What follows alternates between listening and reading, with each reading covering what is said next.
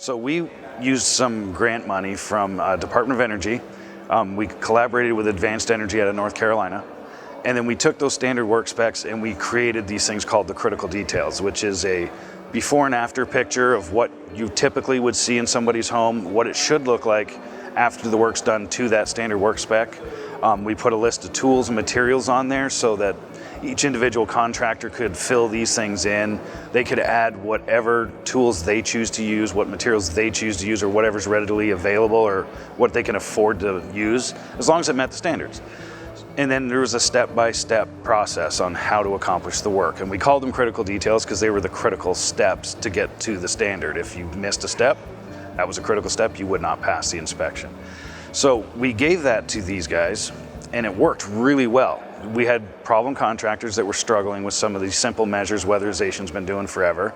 We put these tools in their hands in a digital format that they use on their phones and tablets and stuff. And now we had guys that had never done the work before doing perfect work on a lot of these measures in the attics and crawl spaces, on ducts, that sort of thing. We do 4,000 jobs a year in Arizona now, and our quality of work in the field is almost perfect. The only issues we now see are new contractors coming in that don't believe that they need training or the tools because they've been doing it this way for years until they start failing inspections. Then they come see me at the training center, we put the tools in their hands, and they don't fail inspections anymore.